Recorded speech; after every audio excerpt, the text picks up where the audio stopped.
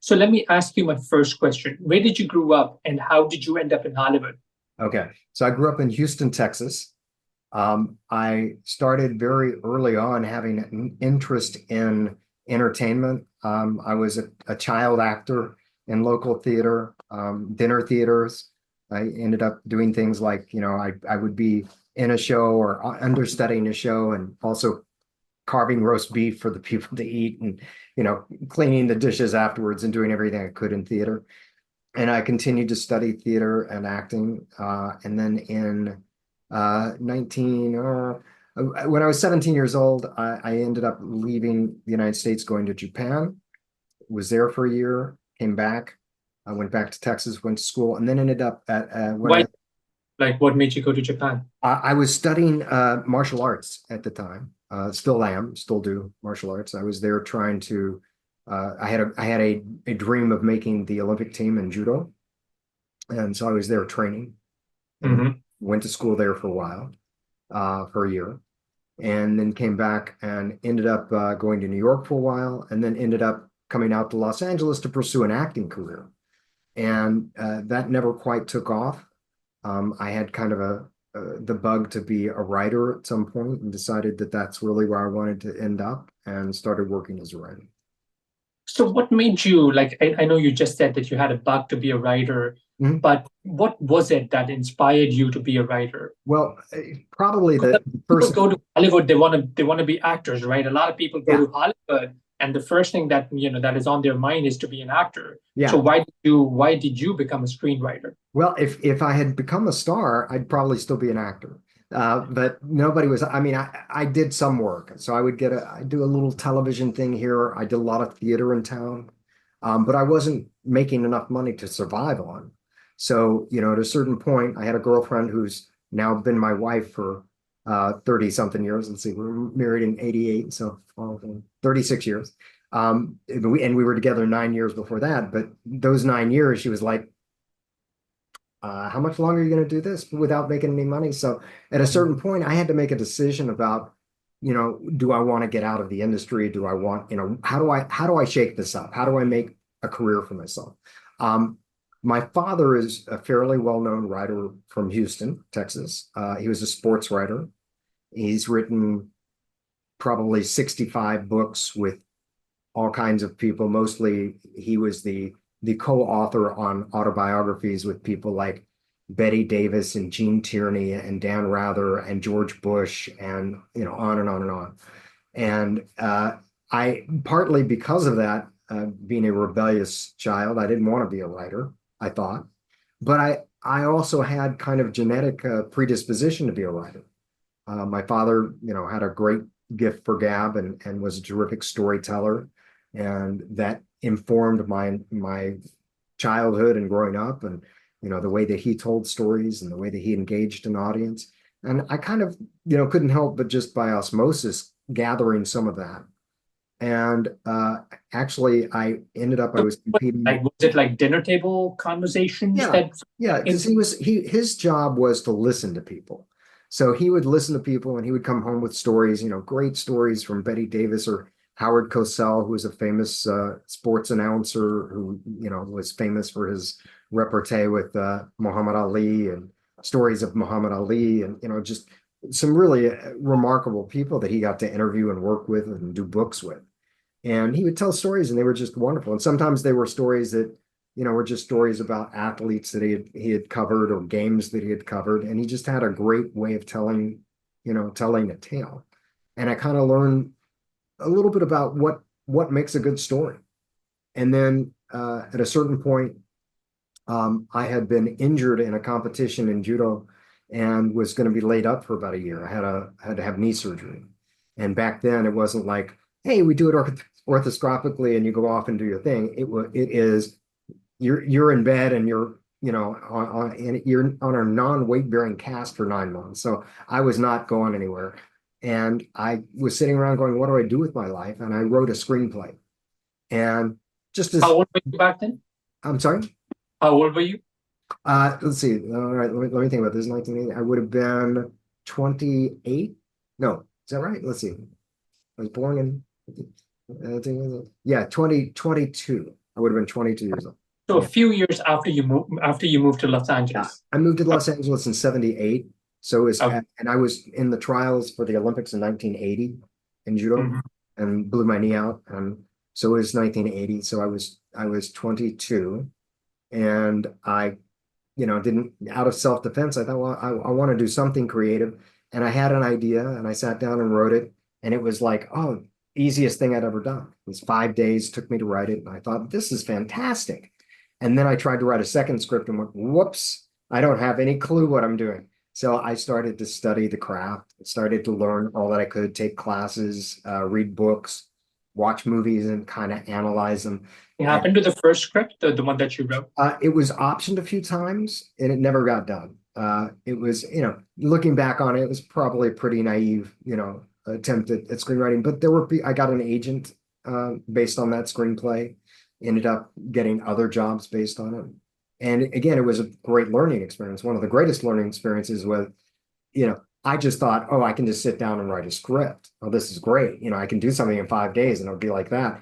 Well, I wrote it in 5 days. I rewrote it in 2 years and never quite got it right. And part of it is there is a craft that can be learned. Hmm. Talent's a different thing, but there's a craft that can be learned, and you can help people to maximize what talent they have. So and that has shifted somewhat over, the many years that I've been doing this in terms of what is traditional structure and storytelling. But generally, story is story is story. And, if you and your friends are at a bar and somebody has a great story to tell about, the time they got drunk and went out and caused havoc, you relate to that story if it's told well. So that hasn't changed. So, I'm reading your book, by the way. I gotta say that when I picked it up, I thought it's gonna be very dry, very theoretical. But when I started reading it, I found it extremely interesting, and it's difficult for me to put it down. Okay. It's really interesting, and the reason is I think one thing that you do in the book, you draw upon experiences of other sort of people in Hollywood. Like, for example, I read the experience of Sidney Pollack when he hated the script for Tootsie, but then he came around liking the script, after he worked on it for a week. So I found that very, very interesting, and other experiences like that. And one thing you mentioned in the book, I'm going to read a quote. You said that there are no rules, but there is conventional wisdom. It is a form that has structure and requires discipline, but it also has within its bounds a freedom not found elsewhere. What did you mean by that? Well, what I mean by that is, this is art and not science. So it's not, you take 2 ounces of humor and 3 ounces of drama and you mix that together. It's not that kind of formula. And many of the writing gurus and teachers, and I've been teaching screenwriting for 40 years, almost as long as I've been out here. And a lot of the gurus, they talk about you have to have, something happens on this page, this page, this page, and they structure it out for you. The problem with that is it becomes very formulaic. And the people that are, when you look at, there's a baseball analogy that I like to use, which is that, most of your kind of tentpole movies, your X-Men, your Marvel movies, your Disney films, they're line drives down the center field. They're going to get the biggest audience. They're the safest bet, but they're also the ones that are easiest to, fly out into the infield, as opposed to the people that are aiming for the corners, the people that are taking risks. And yeah, they may end up fouling the ball, but if they hit that one in the corner just right, you have a massive hit, right? You get to run the bases. So in that analogy, I'll kind of backtrack now and talk a little bit about this idea of structure and format. There is structure and there's format, but you have to have freedom to invent and to have imagination that allows you to think outside the box. If not, you wouldn't have people like Charlie Kaufman, who won the Academy Award for adaptation and who did Being John Malkovich and the Eternal Sunshine of the Spotless Mind. You wouldn't have Quentin Tarantino. You wouldn't have Spike Lee. You wouldn't have, there are people that have, they're original thinkers. They have a style that has come not necessarily in spite of, but in addition to what structure and form there is.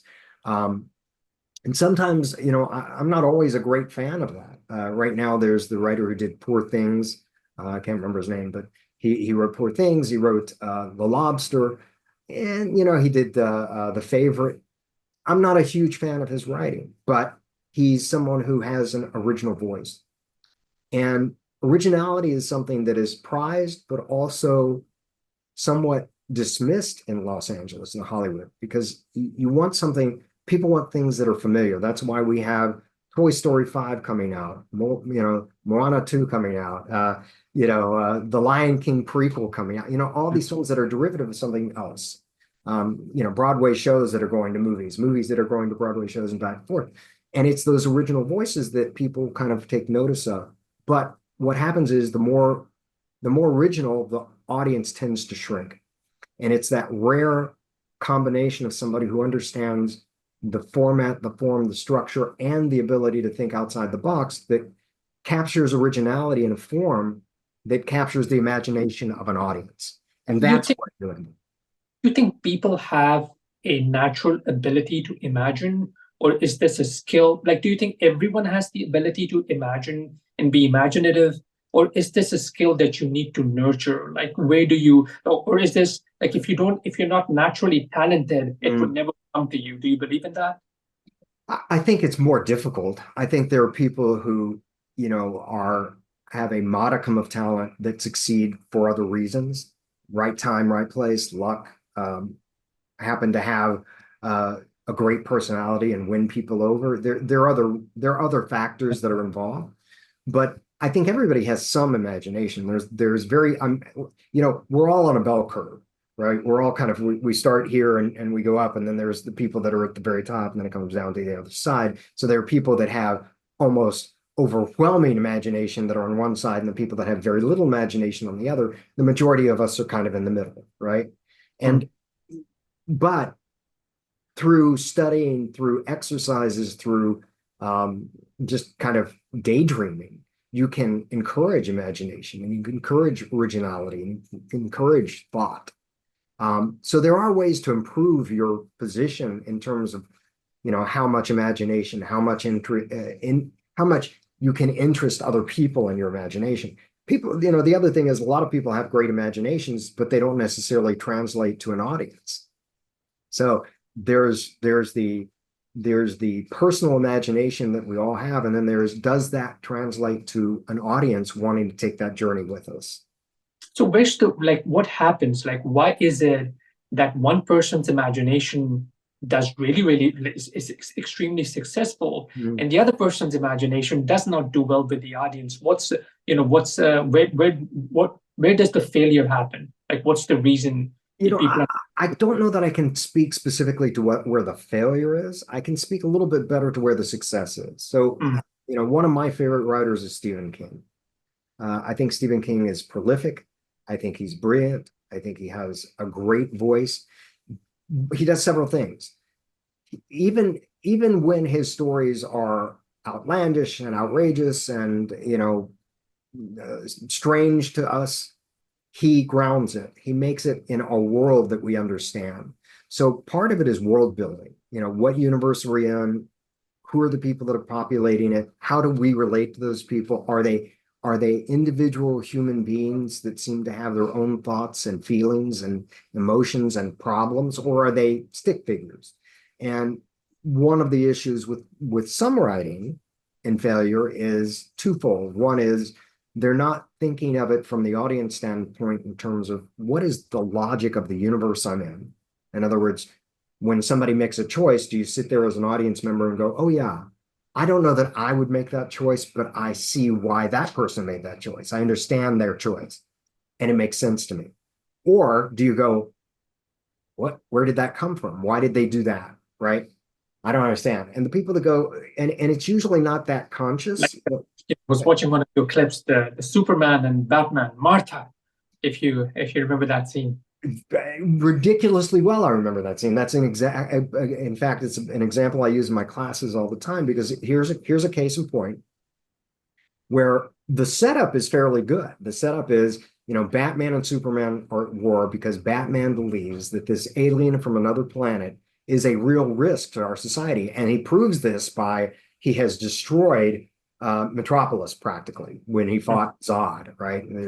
You can only imagine they're destroying buildings left and right. You can only imagine that people are being killed in these buildings, right? So he has a good point.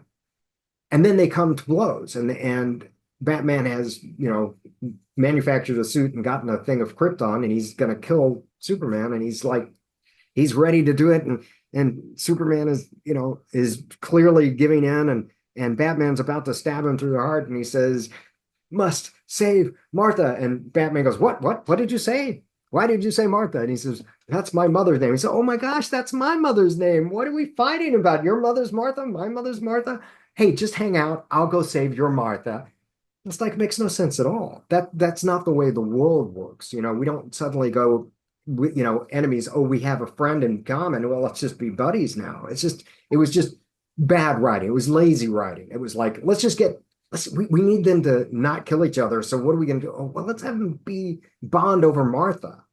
It just made no sense. And then, of course, on top of that, they have, the Man of Steel who can fly and has super strength. And Batman says, "Okay, you just hang out. I'm going to go get my plane," which I assume is already set and ready to go and has to be fairly nearby, because I'm going to get in the plane. I'm going to fly it to where Martha is. I have machine guns, and somehow I can miraculously shoot everybody except for Martha through a window. Then I can rappel into the window, grab Martha, get her on the plane, then take her back to safety. It's like, yeah, none of that makes sense. So on some levels, you could always have someone who says, no, it makes perfect sense, and I can explain it. But again, that bell curve, the people that understand it are over here, the people that have no clue are over here, and the people in the middle are kind of like, what's going on? Why Martha? So to summarize the last few minutes of our conversation, what you're saying is you got to be imaginative, but then there needs to be logic as well to your imagination. The world that you have created based on your imagination, that is great. But then if people are not able to recognize the logic, it's a failure. Yeah. I mean, in my book, I talk a lot about a movie called Who Framed Roger Rabbit, which was a terrific kind of a spoof of a detective film noir set in a world where there are cartoon characters that live side by side with human beings. Right. And it's beautifully written. And you don't sit there and go, "Oh, well, there's not cartoon characters in the world. That makes no sense. What kind of insanity is this?" You buy into it because it's done in a way where you go, "This is the universe we're presenting you with. This is the world we're in," just as Avatar does when we say there are 7-foot tall blue people called the Na'vi that live on this planet, and they're on this planet, there are floating islands. And, we never sit there and go, wait a minute, wait, floating 7-foot, what? Oh, you can enter their body, an avatar of their body. How do you, what? No, they've set it up. We buy it. So imagination in that way, we will always kind of gravitate toward belief. But we have to feel like it's grounded in some sort of reality, some sort of believability where we go, okay, we can suspend our disbelief, and we can believe in this world there's, blue people that are 7 feet tall on another planet. We can believe that there are cartoon characters that live next to regular characters. We can believe, on and on and on and on.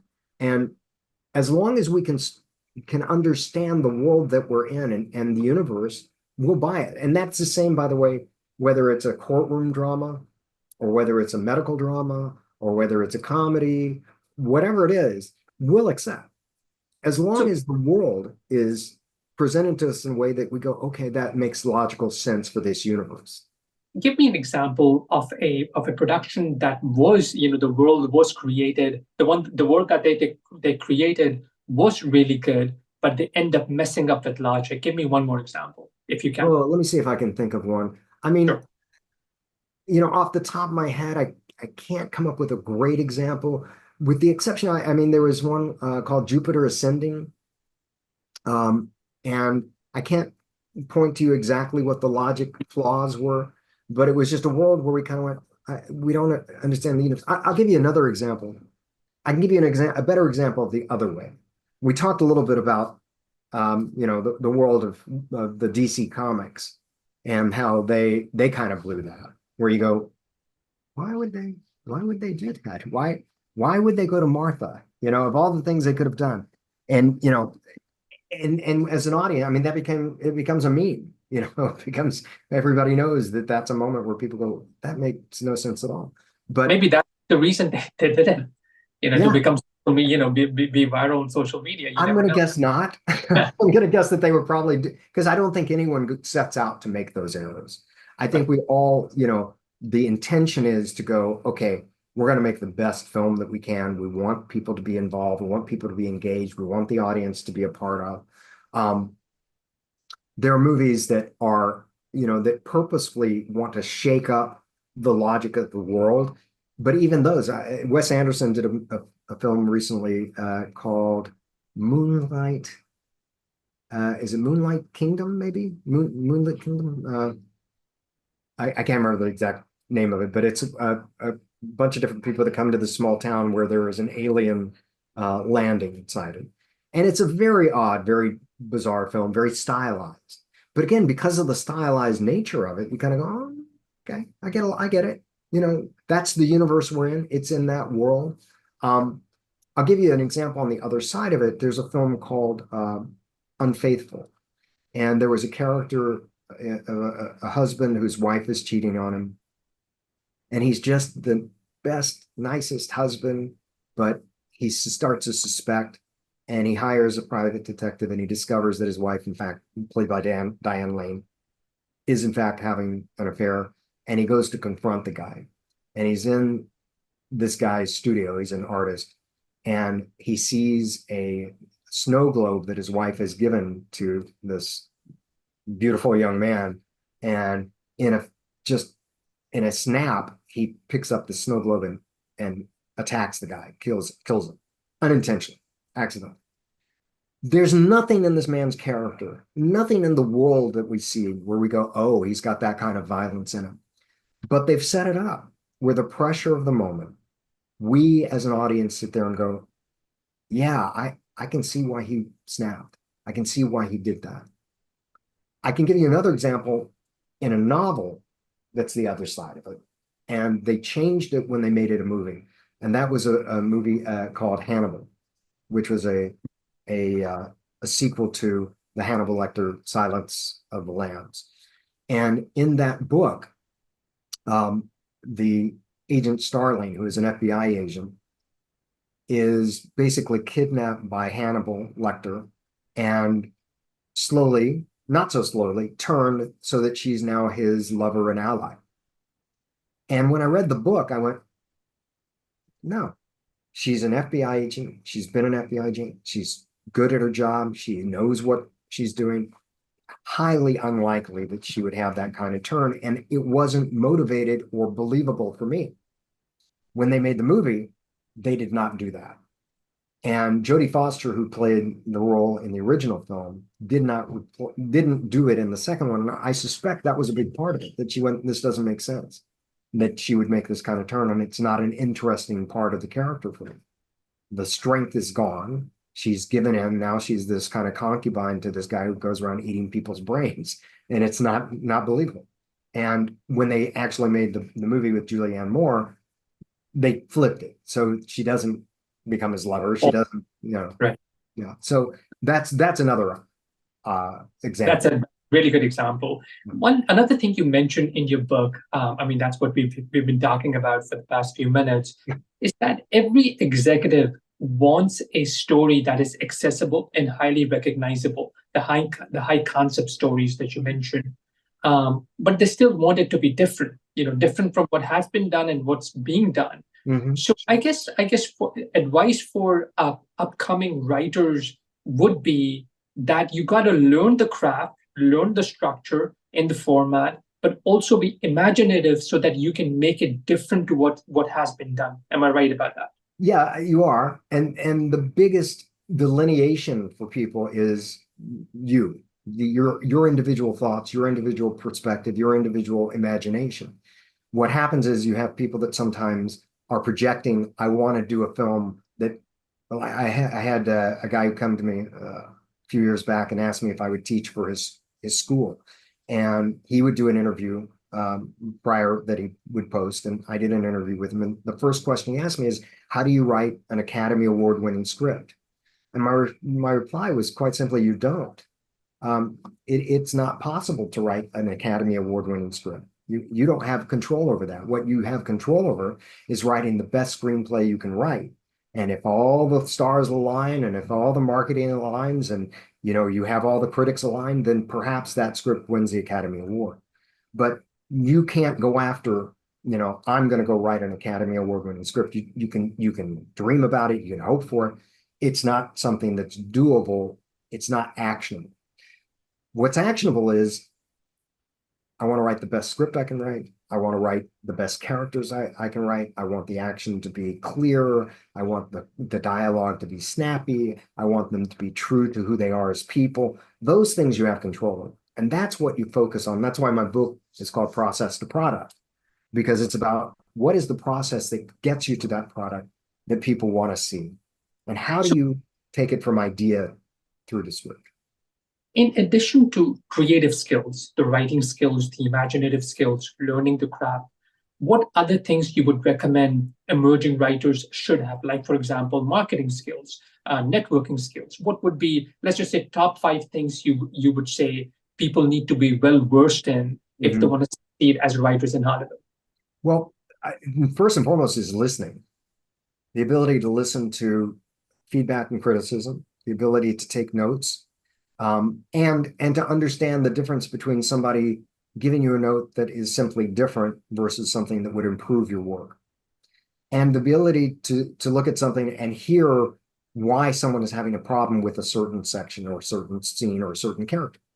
So those are all things that you have to kind of learn, because there's ego damping in that. When somebody says, I have a problem with this character, I have a problem with your script, or I don't like this, ego tends to drum up, and you kind of go, oh, wait a minute, you don't know what you're talking about. And somehow you gotta kind of put a wet blanket on that and just listen, just take that in.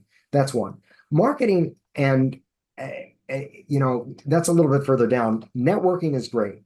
Networking as a business tool is essential in this industry. There are plenty of writers who are absolute introverts, that are shy, that don't want to be talking to people. They just want to sit in a room and write. If their writing is absolutely stellar, they may still, conquer the world. However, generally, this is a collaborative industry. It's not, it's not like writing a novel where I write a novel, I send it out, and if it, sells, it sells. I've got to have other people in agreement. I've got to have actors in agreement. I've got to have directors in agreement, producers, agents, managers, distributors, on and on and on. So at some point, I need to be able to communicate to people what my ideas are and how and why those ideas are viable in the marketplace. And where people don't sometimes understand is that there's a wide range of what success in the marketplace is. So there are people that, this guy named Jim Jarmusch out here. Is that the one? No, not Jim Jarmusch. There's another guy. His name will come to me. But there's a filmmaker who just does small independent, comedies and dramas, and he goes and he four walls them in a theater here in town and opens it like 4 different theaters. And he takes all the income from the box office, and they get, and he pays them a rent. And he makes a living doing that. And, fantastic. Great. That's his audience. It's, maybe 10,000 people see that movie, not 10 million. And if he's happy with that and he makes money at that, great. The smaller the film, the more intimate the film, the smaller the audience. There's a movie called My Dinner with Andre. Are you familiar with that?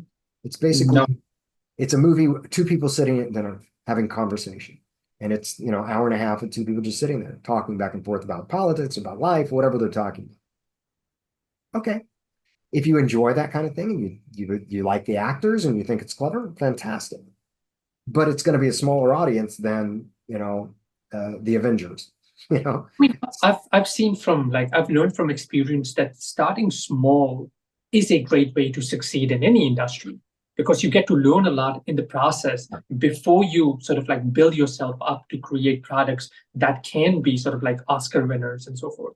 The industry, in terms of what the studios what they kind of, would perk up to. Generally what happens is somebody does an independent film, small independent film that has broken through. So, for example, 28 days later, is a vampire movie that was different than any kind of vampire movie anybody had ever seen, or a zombie movie where the zombies were fast, and it's about how the world basically was destroyed in these 28 days when these creatures took over. And Danny Boyle, I think, was the director on that. And people took note of it. They went, "Oh my gosh, this guy. All right, let's watch him." And his career went from there. That's one way to do it for sure. But you have to be satisfied and understand that doing a small film doesn't necessarily get you to the studio, doesn't necessarily make you a big box office draw. Maybe it does, maybe, but again, generally those films break through in some way to a wider audience. So you have a small film that breaks through to a wider audience.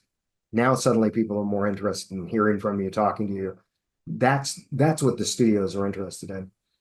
You don't see them taking a lot of risks. Phone Booth as a smaller film, the one where the where you had that was Joel Schumacher was the director, and Colin Farrell, I think, right. This other one, yeah. So yeah, but that's different. So Joel had already been a big director. Colin had already been a big star. So it was small in that it was a contained story, but I wouldn't put it in the same category, because generally what we're talking about here is somebody starting out and going, well, okay, I can make a movie. Like Robert Rodriguez, Robert Rodriguez did his first film was $10,000 or something. I mean, it was nothing. He paid nothing. He had an idea. He shot it in Mexico. He said, all right, I got a bus, I got a guitar, I got a gun, and I have a pickup truck. What can I do with that? And he made a movie based on that. And then from there, that was very successful. And then he took that and kind of expanded out, and had a career. If you go back to The Sixth Sense, and you go back to M. Night, and you look at his films, Sixth Sense was a big film because it had Bruce Willis, but it was really a very intimate movie. And it was not a huge budget film, but it set him on the path that he's on now. Now, he had a few missteps, quite a few missteps along the way. So he's kind of gone, 3 steps forward, 2 back, 3 steps forward, 2 back. But, he's a terrific storyteller and filmmaker. So once you get your foot in the door because you've done something small that's been recognized beyond what you are aiming for, then you get a second chance. If you do well on the second chance, then you're kind of welcome into the club. So for like your advice for emerging writers, can they realistically expect to survive, on a paycheck that they can create from writing smaller projects? Is that realistic to sort of like think? The reason I say this, I was reading a survey this morning. Around 60% of writers in Hollywood currently say that sometimes they have to skip meals because they don't have the resources for food. Absolutely. Yeah. Yeah. It's a feast or famine business. And it's a feast or famine business for everybody, whether you're an actor, whether you're a writer or producer or director, whether you're a grip or an electrician or somebody who works on the sets. It's not like I'm working at a bank or I'm working at a restaurant. You have to have, somebody has to be offering you that work, and the work has to keep going. There is a kind of a dichotomy right now where there's much more content being made, and there's much more opportunity for making money as a writer, but it's spread more thinly. So and the good news is that makes it a little more democratic in that it's not quite as top heavy. You don't have 12 writers that are making $10 million a year, and the rest of the industry is starving. But it also means that the people that are at the bottom or kind of near the bottom are working on online content. They're working on streaming programs. They're working on and they may not be union writers. They may be non-union. They may not be making a great wage. But if you are a working writer and you continue to work, you can make a living. You can make a very good living. But for someone who's starting in Hollywood, would they need a traditional job to sustain themselves while they're able to, until they're recognized? Yeah, usually. Usually Yeah. you do, and particularly just starting out, coming out of college. Um, there are a couple of different paths that I suggest to my students that when I talk to them. One is that you can try and get a job within the industry, working at an agency, working with a manager, working on, being a production assistant on sets. You can go that route. You can go a studio route, working at a studio on the lot, being a crew member, whatever it is. Or you can be a barista, or you can be an Uber driver, or you can be work at a restaurant. All of those are viable. The issue is, if you want to be a writer, can you still find the time to write and develop your craft? Um, I worked on a series years ago, and one of the people who came onto the series as a writer had been an executive at the network, and had decided really what he wanted to do was write, and he left the network to come join our show, and then went off to do other shows and become a showrunner. He did the reboot of Battlestar Galactica. A terrific writer. So, and TV has changed dramatically, but TV is another inroad for writers. There's almost like two very separate industries. There's the studio and network industry, and then there's the independent industry. And the independent industry is really, pulling yourself up by your bootstraps, going out, making your content, and then finding distribution for it, whether it's a feature or, short content or whatever, and whether it's YouTube or Amazon or however you're getting out there. To make money that way is hard. It is difficult. But you have to do that in order to kind of get in the door for the traditional studios networks. And that's kind of one of the catch-22s that everybody has. So you don't. Content creation, like in other words, content creation is essential for even for writers. Oh, sure. Right. Yeah. Yeah. I mean, if you're a creative, and particularly in this industry now, very few people that I know wear one hat. There are people that are just writers, and that's all they want to do, and they don't want to, they don't want to direct, they don't want to produce, they don't want to try and raise money. They don't. Great, but you're making it a little bit harder on yourself, as opposed to, okay, I have this film I want to make. It's I think I can do it for $100,000. I can get 20 from my friends and family. I can do a Kickstarter campaign for another 20. Now all I need to do is get $60,000. How do I do that? That's another route that people are taking, and it's certainly viable. The problem is you get a lot. How much does the writer make after a few years in the industry? Realistically, how much do they make? What kind of money are we looking? Wildly all over the map. If you're a union, you can give me. I'm sorry. And an average that you can give me. Not really. I mean, I can tell you that, for example, if you're a television writer writing for a network series, that and half-hour show I think is around $50,000 per episode. An hour show may be closer to 85 an episode, 75 an episode. Feature films are over 100,000 to write a feature film on the lowest end. That's union. Non-union, it's what do you got? What can you give me? Or nothing. Or, so it's really all over the map. If you're in the industry and you're working and you're in the union and you're fortunate enough to get on a series, you could easily have a six-figure, even seven-figure, income annually. But again, let's say, unless you're on a Seinfeld that runs for 10 years, 12 years, and you're one of the writers that sticks with the show, you may be on a show for a year, and then that show gets canceled, or they fire you, or you decide to go to another show to do a pilot, and the pilot doesn't take off. Now you're back at square one. How do you keep going? And do you share that amount, like $50,000 for one episode? Are you sharing that with anyone else, or is it just with your agent? Agent gets 10%, manager gets 10 to 15%. The government takes 40%. I mean, so yeah, you're sharing it with those people, but for years ago. How much do you get in your bank account at the end of the day from one episode after all of it? Again, I'm assuming that you're paying your agent. Let's say you have an agent and you're paying the government, you're still seeing, probably close to 25,000 or 50,000, you're getting 50%, 50 cents on the dollar, if you're lucky. But some people have manager, agent, business manager, attorney, and they pay all those people a percentage of what they make. But Let me ask you this then. yeah, What does it take to be on the union for writers? okay. So it's a little bit of a catch-22. So in Okay. order to be a union writer, you have to have a union contract. And in order to get a union contract, you need to be in the union. So normally the process normally happens this way. You are a young writer, you've won a festival, or somebody has a friend who's with an agency, they've read your script and they go, oh my gosh, you're a wonderful writer, we want to represent you. Then they represent you. The agents are signatories to the guild. So they all are members of the guild. They then submit you to a production company who goes, oh my gosh, this is a fantastic script. We love this script.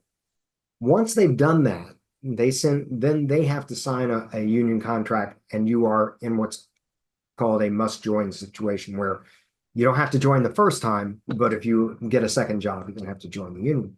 And it's, I don't know what it is now. When I joined it, I think it was $15,000 to join the union, and then annual dues, and dues are also a percentage of what you make. So the more you make, the more they take.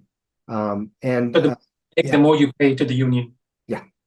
Okay, yeah. Right. Yeah. So I guess the key to becoming a member of the union is to find a really good agent. Well, first write a really good script. Right. That's the first thing. So you have to have and finding an agent. Really good is great if you can find one that's really good. An agent is good. Get somebody who represents you, who can submit. Only agents legally are supposed to submit and negotiate deals. Managers, a little gray area. Attorneys, a little gray area. A few years back, the Writers Guild and the agencies had a split. They had a problem, and they deputized attorneys and managers and said, you guys can negotiate for now. But the Labor Board of California went, only because agents are bonded and licensed. Managers are not, and attorneys are attorneys. Now it's still back to a little bit of gray area. If you find an attorney who's willing, who says, I will submit your work to, and I have access to, and I like your work, you can pay them an hourly rate and they can do it. But those are few and far between. So what would be your recommendations to finding an agent or a good agent? This is kind of like the $1 million question. How do you get an agent? How do you get representation? That's the one thing everybody wants to know. Well, first and foremost, make damn sure that your work is ready. Make sure that your scripts are tight, that they're as good as they can be, that they're as imaginative as they can be, and have more than one. Don't put all your eggs in one basket and assume that an agent or a manager is going to read that script and say, oh my God, this is the best script I've ever read. We're going to go sell it. What they're going to do is say, oh my gosh, this is a great script. It's one of the best scripts I've ever read. What else have you got? What else have you written? For a couple of reasons. One, if this is the only script you have in you and they sell it, they put all this time and energy developing you and getting you out there, and now they're done. You're finished. They want to know that there's a career, not a script. That's the first thing. Second thing is, make sure that the script is as good as it can be. And then there are a couple of different paths you can do. One is networking. So friends and family first. You got an uncle as an agent? Go talk to your uncle. That's great. Don't have those connections? Friends, people in acting classes, people in writing groups, people on go to networking events, go to the Writers Guild networking events, go to Producer Guild networking events, go to screenings, meet people, introduce yourself. And this goes back to what you're talking about, on the hierarchy of what are some of the things you should do. Networking is a big one. The third thing is there are paid opportunities. You can go to pitch festivals. You can go from pitch festival, you can go to film festivals. You can submit to competitions. There are so many competitions, and you have to be very careful that you don't submit to everything. That's just a waste of money. You have to find out what are the benefits of being successful in a particular festival. If you have a script that wins, what do they do for you? Do they give you access to an agent, a manager, a producer? Do they give you a prize, financial prize? Do they Do they promote your script? Do they own your script? You know, so you have to be a little bit careful with any kind of screenwriting competition. There are 4 or 5 that are kind of like the top tier, and that's Sundance, South by Southwest. Uh, uh, what is the other one? In New York.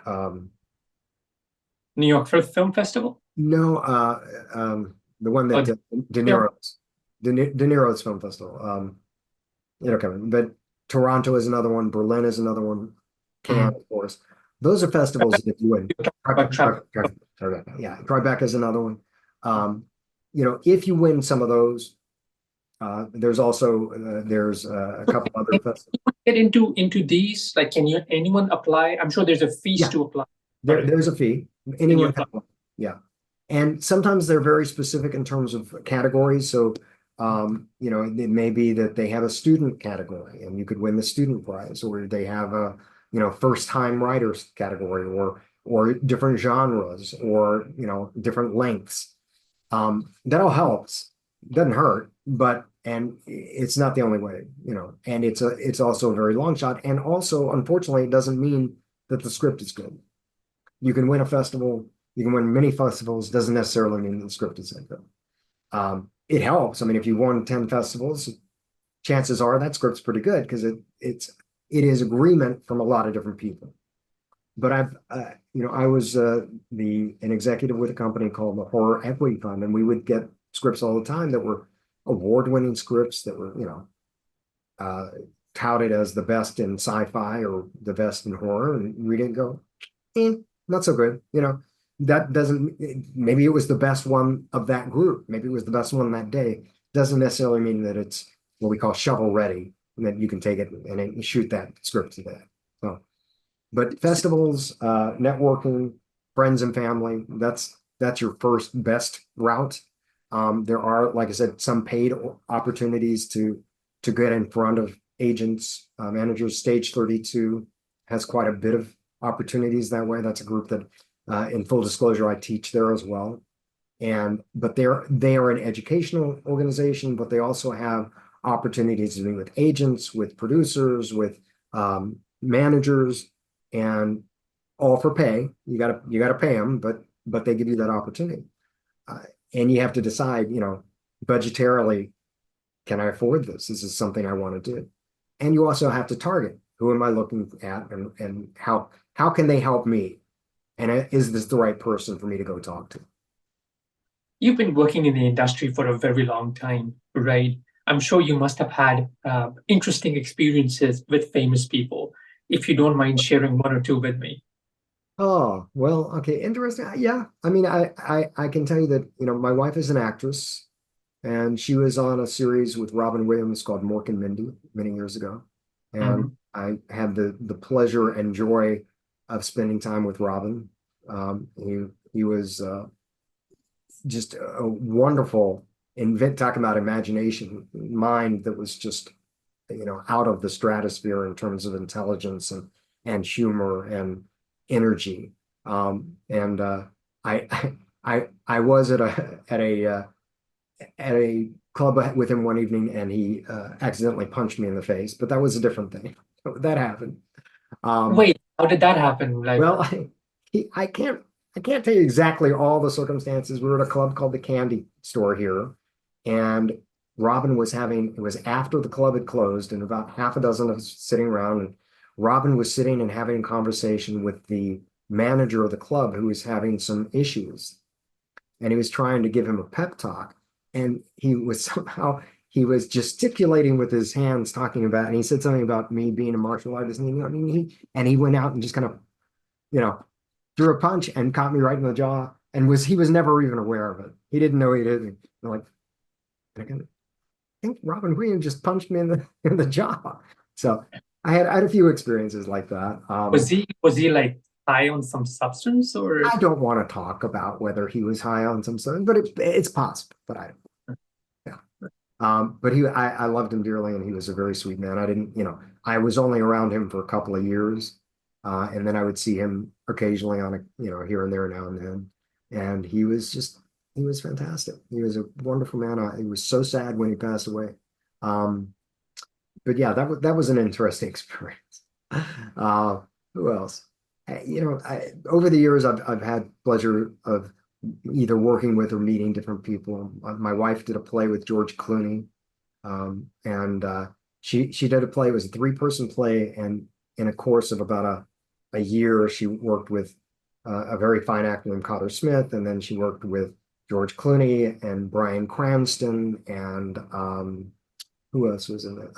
And Miguel Ferrar, and just some really exceptional actors, and got to know each of them a little bit. I consider Bryan Cranston a good acquaintance. Haven't kept up with George. Haven't heard from him in a while.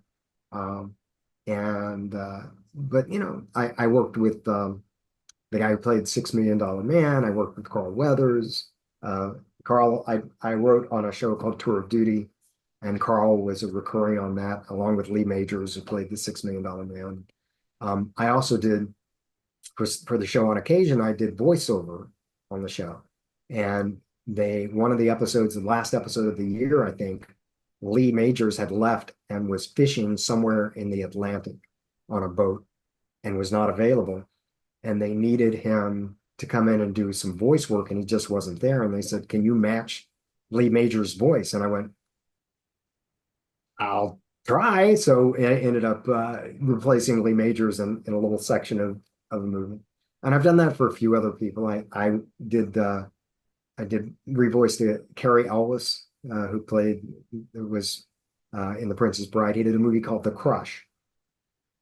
And I don't know why, but Alicia Silverstone was the female lead.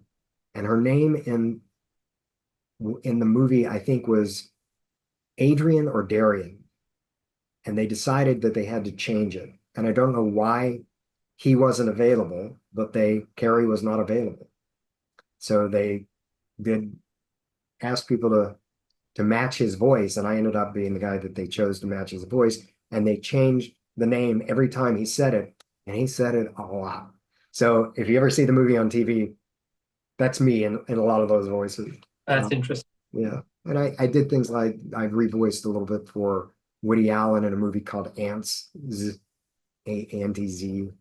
So, but that wasn't direct. I didn't get to know them directly. It was just things that I did. But So you call Bryan Cranston an acquaintance. Yeah. Interesting stories, that people are not really aware about. I'm not looking for I'm not looking. Yeah, not so much. Although I'll tell you how I first met Bryan many, many years ago.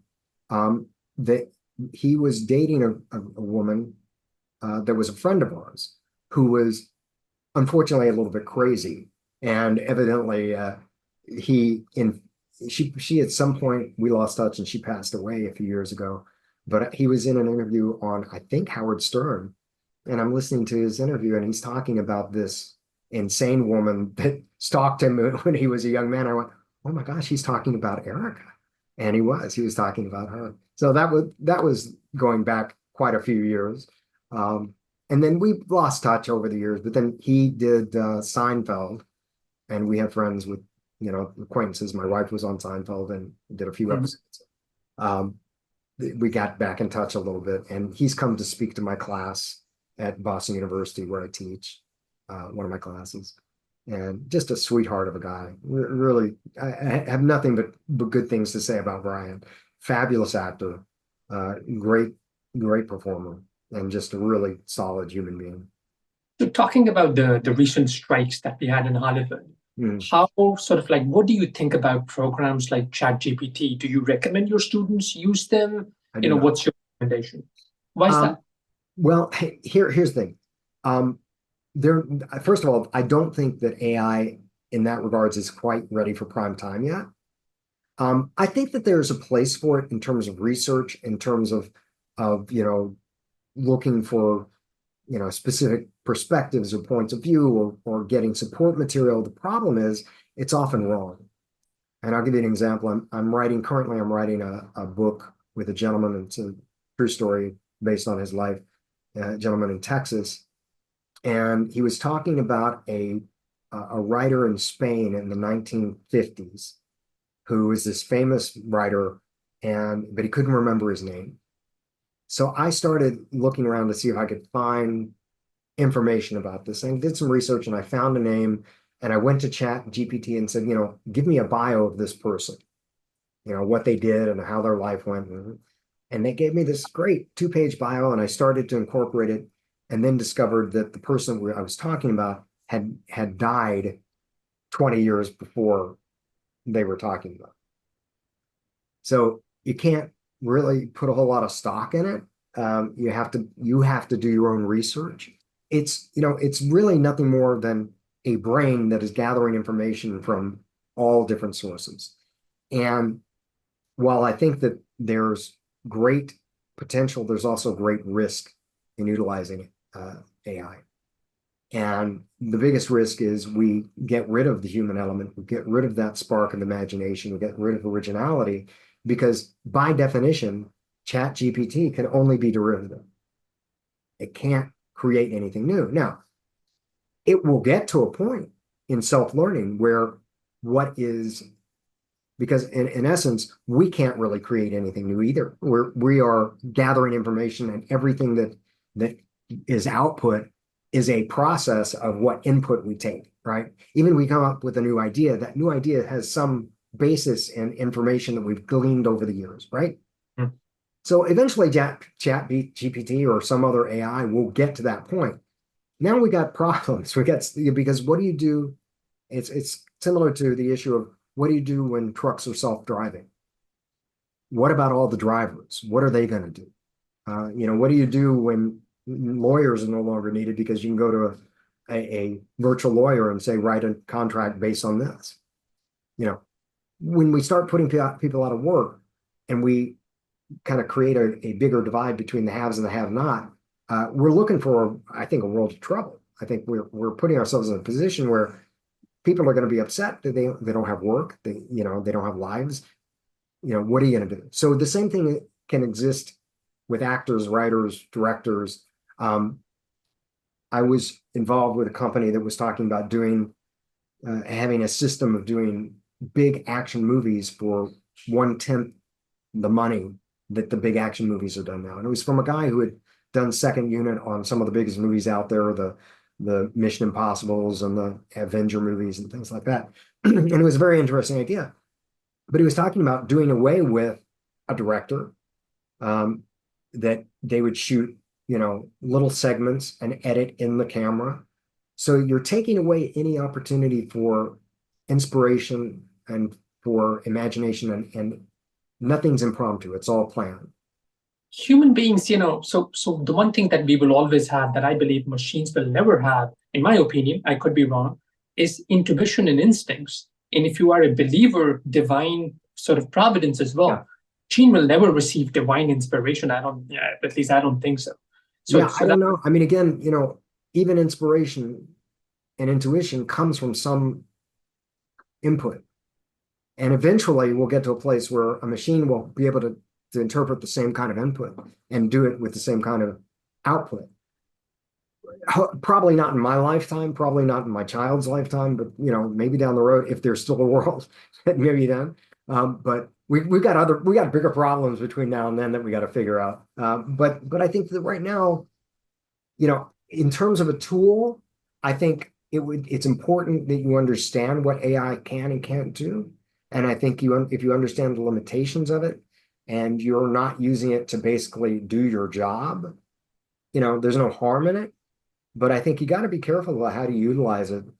I wouldn't have it do, dialogue for my characters. I wouldn't have it do a bio for my characters. But I might have a particular element that I'm looking at and say, hey, talk to me about this one aspect of a character. What can you tell me about that? Like if I have a character with, ADD, and I say, tell me how a character with ADD, how would that illustrate itself in the real world? If they can do something like that, that's information that's helpful. Giving me lists of things.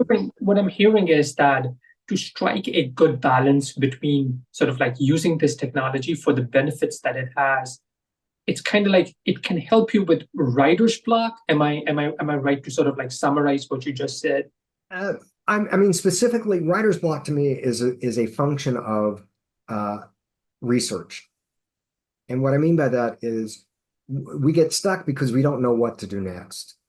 We don't know what moment or and that has to do with us not fully understanding the world or the character or whatever it is we're stuck on. So any research that you can do to help give you information about a particular problem in a story can help with.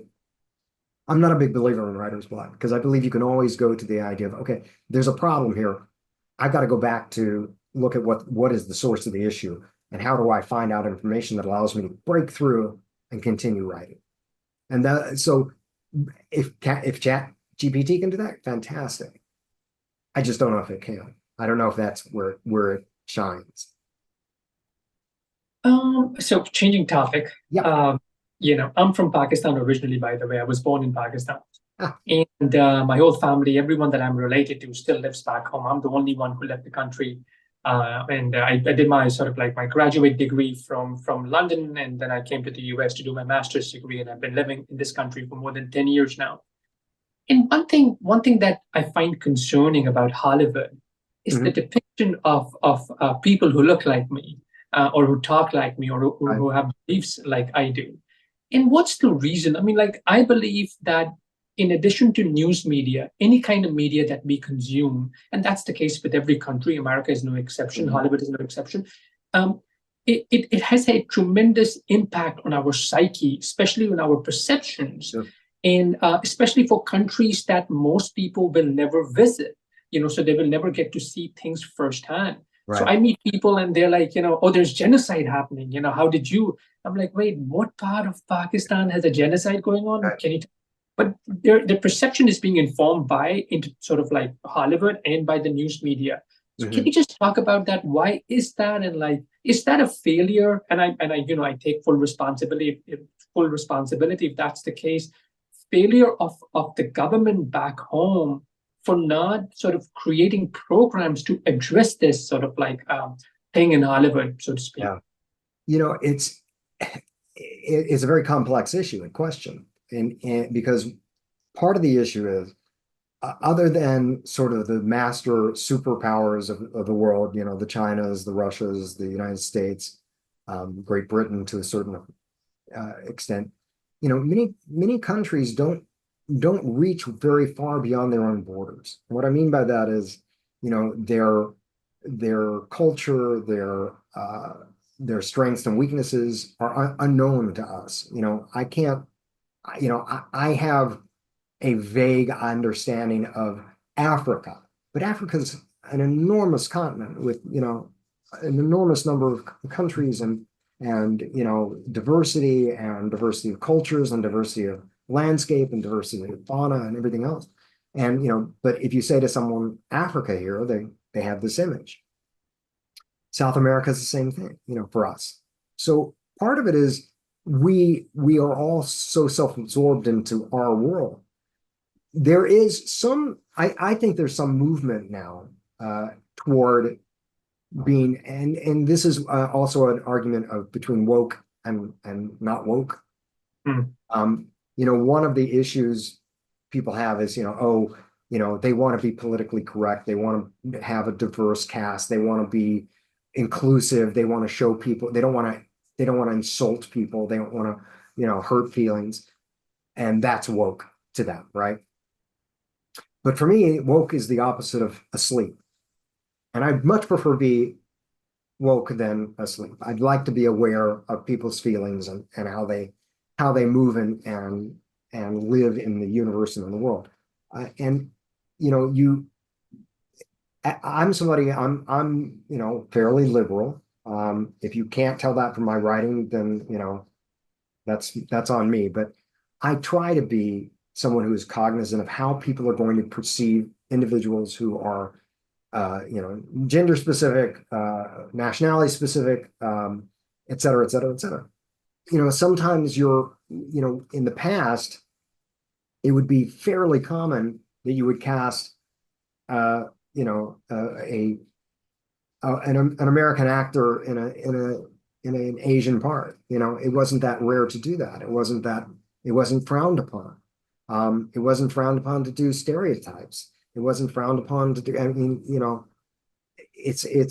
unfortunately, I can pick out a lot of examples of that. And, but it's not just about diversity in casting. It's also, and this goes to the responsibility of the individual writer and the individual producer, the individual director, is to be true to the authentic nature of the human being, whether they are Pakistani or whether they are Sinhalese or whether they're from Texas, to be true to them. And, if you're trying to make a point about a redneck from Texas, make it a human being. Don't make it a cardboard cutout.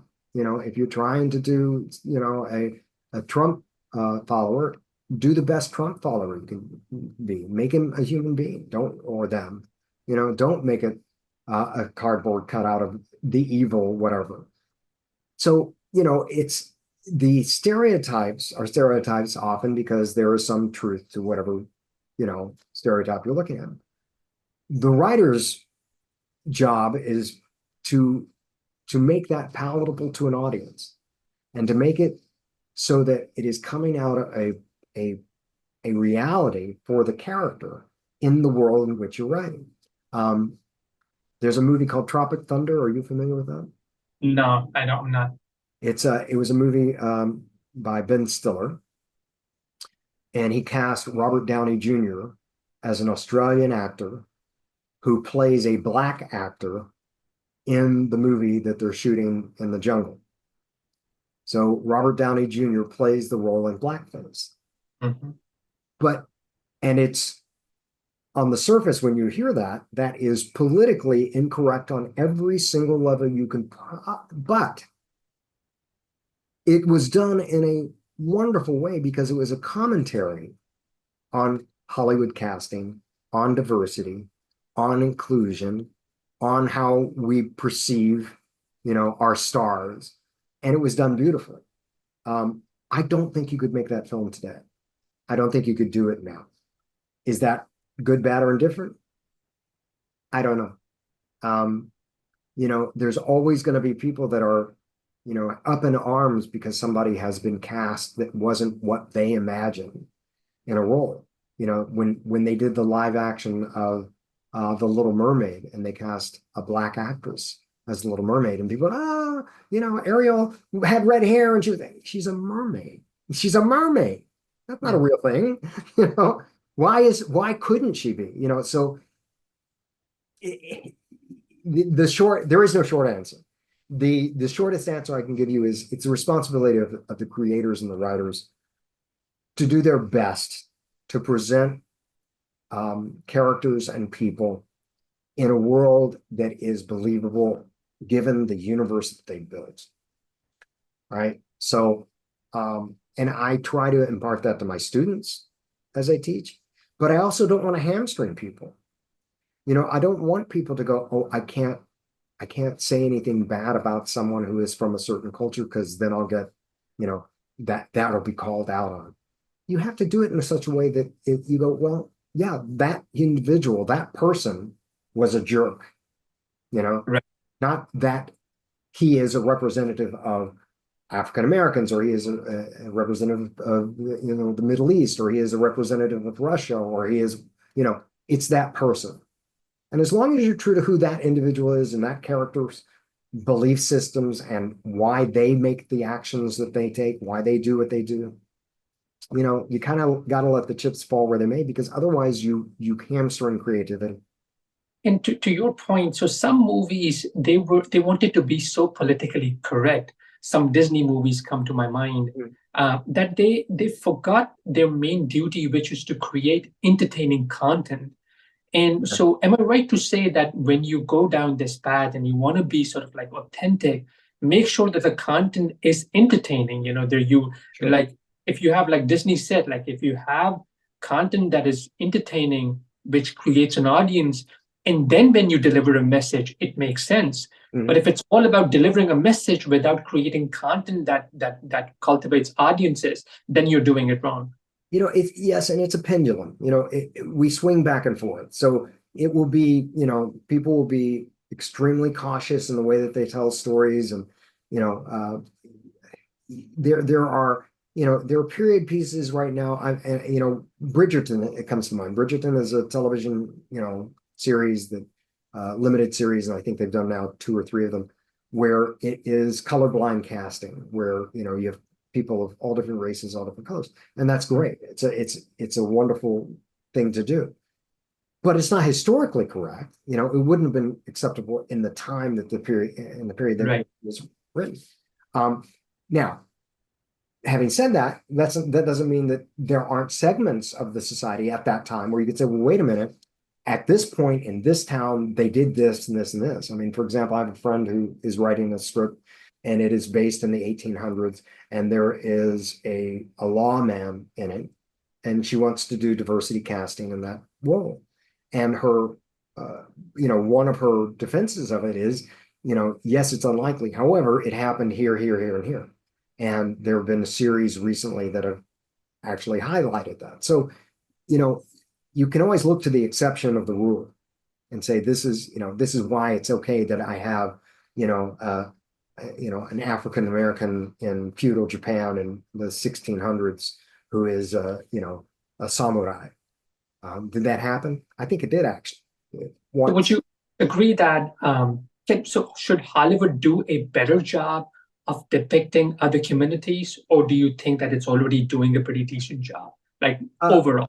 I think that the truth is somewhere in the middle. I think that there are some films and some television shows and some producers that are doing a terrific job and are functionally seeking out to do different kinds of stories, and using and utilizing different communities as their backdrop. On the other hand, again, it's the individual creator. So I don't think there is on a studio level or network level, I don't think you can say, oh, they're doing a good or they're doing a bad job. I think the mandate has been to be more diverse in casting, and the mandate has been to open the doors more for people. Are they doing it? Well, some, as much as they could, probably not. There is a concerted effort, and you can see it in casting, to be more diverse. The question is there a point at which you go, am I hamstrung by casting? Do I no longer have the ability to cast the best performer for the best part, for what is correct for them? One thing that stands out to me was the season 4 of Homeland, which was between, it showed the tussle between CIA and ISI being Pakistan's main intelligence agency, the foreign intelligence agency in Pakistan. And none of the extras, it was shot in South Africa. So, okay, fine, it was shot but none of the extras were Pakistanis. So you have this world that you're saying we are now in Pakistan and we are sort of like having spy operations, but extras were actually South Africans, Black people. Yeah. And I'm like, when they showed me, I'm just like, wait, I'm yet to see a Black person who's a Pakistan. That is a problem of production, because if you're shooting in a place where you have a limited amount of diversity, like if you're shooting, if you're gonna double, let's say, the Philippines for whatever, and you only have Filipino extras, what do you do? How do you fix that problem? Well, if you have unlimited resources, you don't shoot there, or you bring in extras that are from Pakistan, or but generally speaking, you're hoping that the main story is compelling enough that they're not really looking at the background, and they're not going, hey, wait a minute, that guy's not, so, I hear you, and that is an issue, but that's a function of money. That's purely a function of budget. And we can't talk for what their production teams decided, but a production like Homeland would have enough money to have a certain number of Pakistani background actors. You would think, but here's the issue that comes up. So studios and networks pay a certain amount and say, this is how much you've got to go make you can go make your show. Mm-hmm. Then it's up to the producers to go, okay, how are we going to spend this money? And your actors are in to the 4th or 5th season, so they're getting a pretty good chunk of change, the stars. And then you have, well, okay, where can we shoot where we can get some money back from the government? So South Africa says to them, hey, you know what? Come shoot Right. here. We'll give you Yeah. 40% back. Every dollar you spend, we'll give you 40 cents on every dollar. Why don't you shoot here? They go, boy, we got this. We can double this for this. And we can do this and this. They're not thinking about the extras. Right.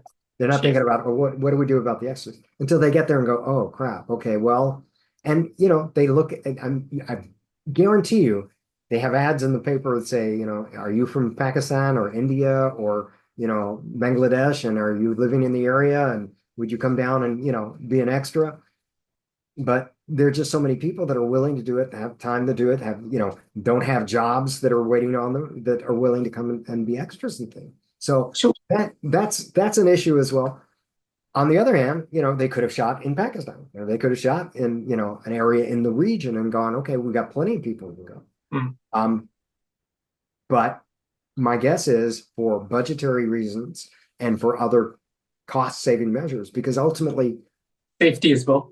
yeah, and they're looking to save as much money as they can because that money comes back to them and to the production and to the investors, to the company. And that's where I blame sort of the government or the sort of like the media industry in the country, not just of Pakistan, but other countries that have got a problem with the way their people are depicted in Hollywood, that you haven't created, like India has created this massive industry. So it's a lot easier to work in India for Hollywood companies, given the massive infrastructure.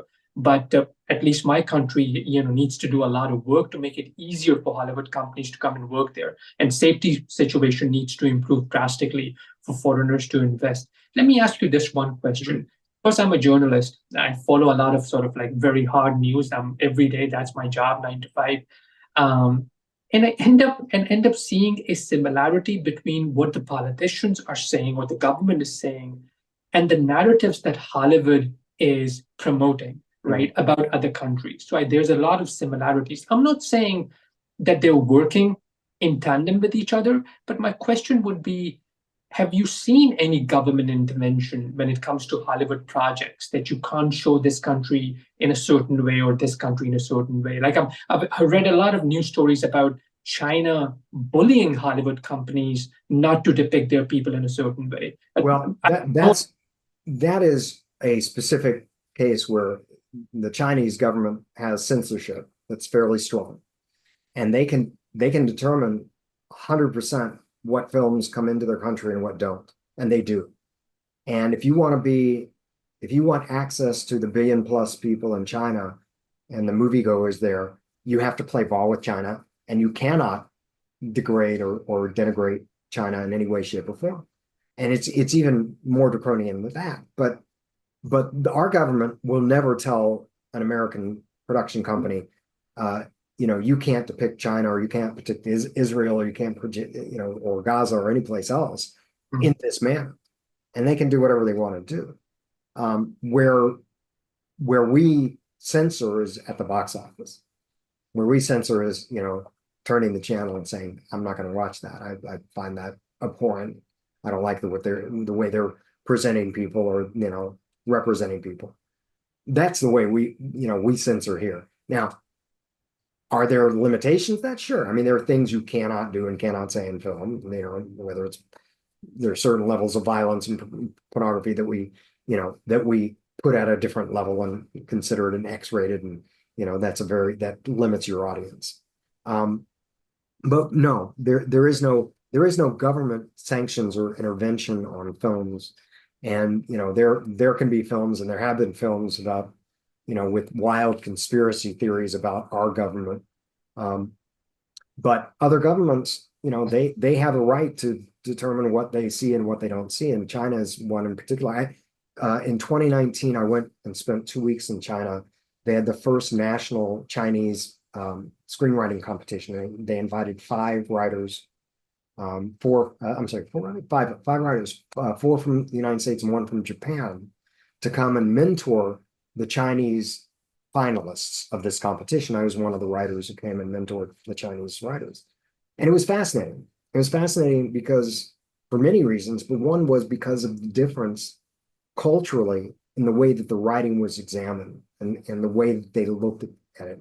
There was no, we want to start from position of, truth and honesty in the world and the universe and who these people are. The people I was working with were doing a fantasy story. And, I was trying to explain about conflict and how, characters had to have flaws. And that's just not where they were working from. That's just not the way that they understood story.